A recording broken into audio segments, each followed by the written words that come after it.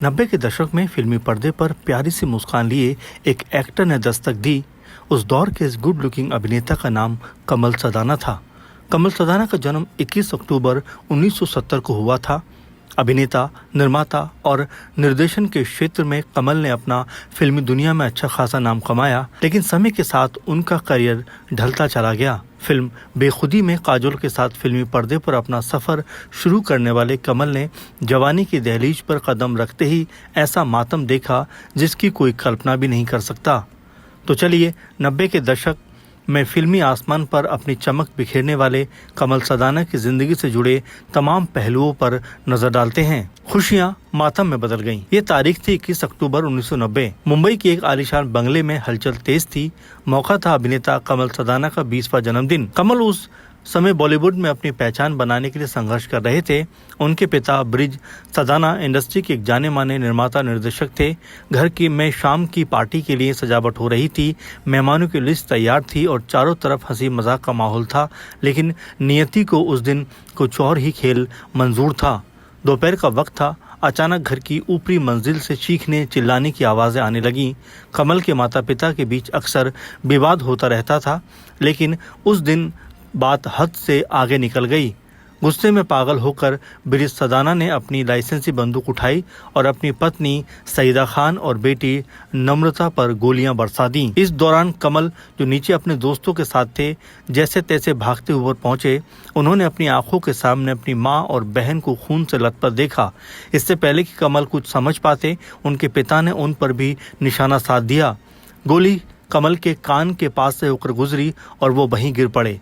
इसके बाद ब्रिज सदाना ने खुद को अपने कमरे में बंद कर लिया और गोली मारकर अपनी भी जान दे दी। रूह कपा देने वाला वाकया। कमल सदाना ने एक इंटरव्यू में उस वक्त और उस घटना का जिक्र करते हुए बताया था कि वो दृश्य इतना भयावह था कि आज भी उनकी आंखों के सामने अंधेरा छा जाता है।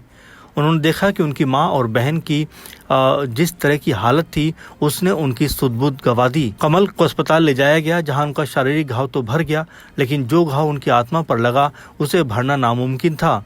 सबसे दुखद बात ये थी कि जब कमल अस्पताल से ठीक होकर घर लौटे तो उन्हें अपने ही हाथों से अपने माता पिता और बहन का अंतिम संस्कार करना पड़ा। एक 20 साल का लड़का जिसका पूरा परिवार एक ही पल में खत्म हो गया, पूरी तरह से टूटकर बिखरने को तैयार था। बेखुदी से करियर का आगाज। वहीं इस भयानक त्रासदी के 2 साल बाद यानी 1992 में कमल सदाना ने फिल्म बेखुदी के जरिए बॉलीवुड में कदम रखा। इस फिल्म में उनके साथ काजोल ने भी अपना डेब्यू किया था।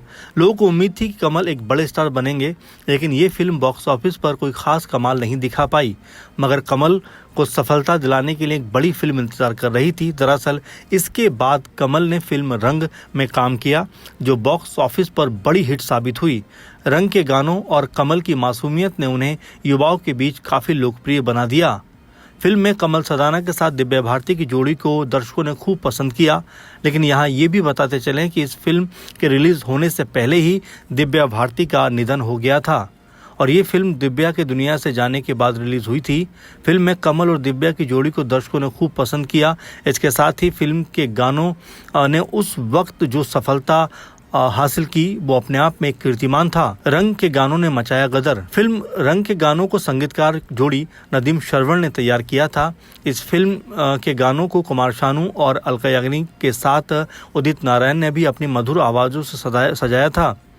इसके हिट गानों की बात करें तो कहीं मुझे प्यार हुआ तो नहीं है, इसको कुमार शानू और अलका याग्निक की आवाज़ों ने जो है बेहतर और बहुत ही मधुर बनाया था। इसके बाद दिल चीर के देख तेरा ही नाम होगा, तुझे देखे मेरी आंखें, इसमें क्या मेरी खता है, को भी कुमार शानू और अलका याग्निक ने बेहद सुरीले तरीके से गाकर संगीत प्रेमियों को एक अमिट तोहफा दिया। इसी तरह से हम तुम पिक्चर देख रहे हो किसी थिएटर के अंदर, गाने को उदित नारायण के साथ अलका याग्निक ने अपनी आवाज़ दी और ये गाना भी काफ़ी मज़ेदार बना था। तेरी मोहब्बत ने दिल में मकाम कर दिया है, ये गाना कुमार शानू और एक बार फिर अलका याग्निक की जोड़ी में बेहद सुरीला और बहुत ही यादगार साबित हुआ। इसके अलावा मेरे प्यार का हिसाब और दिल चीर के देख तेरा ही नाम होगा भी बेहद हिट रहे। उस साल इस फिल्म के लाखों कैसेट हाथों हाथ बिक गए थे। यही वजह है कि संगीत प्रेमी आज भी इन गानों को खूब शौक से सुनते हैं। असफलता और गुमनामी का दौर, कहते हैं पुरानी यादें कभी पीछा नहीं छोड़ती। कमल सदाना स्क्रीन पर मुस्कुराते तो थे, लेकिन कैमरे के पीछे वो एक गहरे डिप्रेशन और अकेलेपन से जूझ रहे थे। फिल्म इंडस्ट्री की चकाचौंध उन्हें सुकून नहीं दे रही थी। कमल अपने भीतर सुकून तलाशने में लगे रहते, लेकिन उन्हें कहीं भी चैन नहीं मिलता।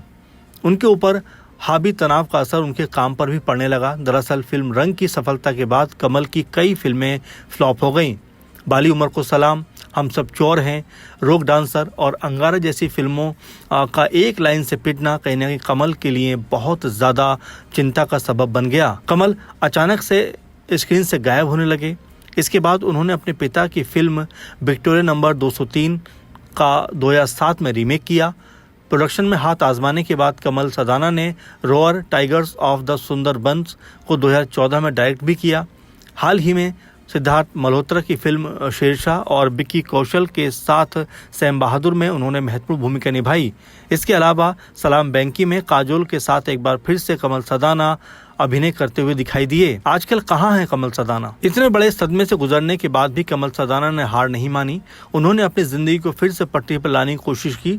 उन्होंने लीजा जॉन से शादी की, उनको 2 बच्चे हुए। कमल इसके बाद लगातार छोटे मोटे रोल करते रहे। हाल ही में उन्हें सिद्धार्थ मल्होत्रा की, जैसा कि बता चुके हैं कि शेरशाह और सैम बहादुर जैसी फिल्मों में नोटिस किया गया। लेकिन इस शादी के बाद भी कमल सदाना का अपनी पत्नी के साथ में अलगाव हो गया। पत्नी के साथ क्यों हुआ तलाक? कमल सदाना ने अपनी मेकअप आर्टिस्ट पत्नी लीजा जॉन से अलग होने का फैसला किया। वैसे तलाक लेने से पहले कमल और लीजा लंबे समय से एक दूसरे से अलग रह रहे थे।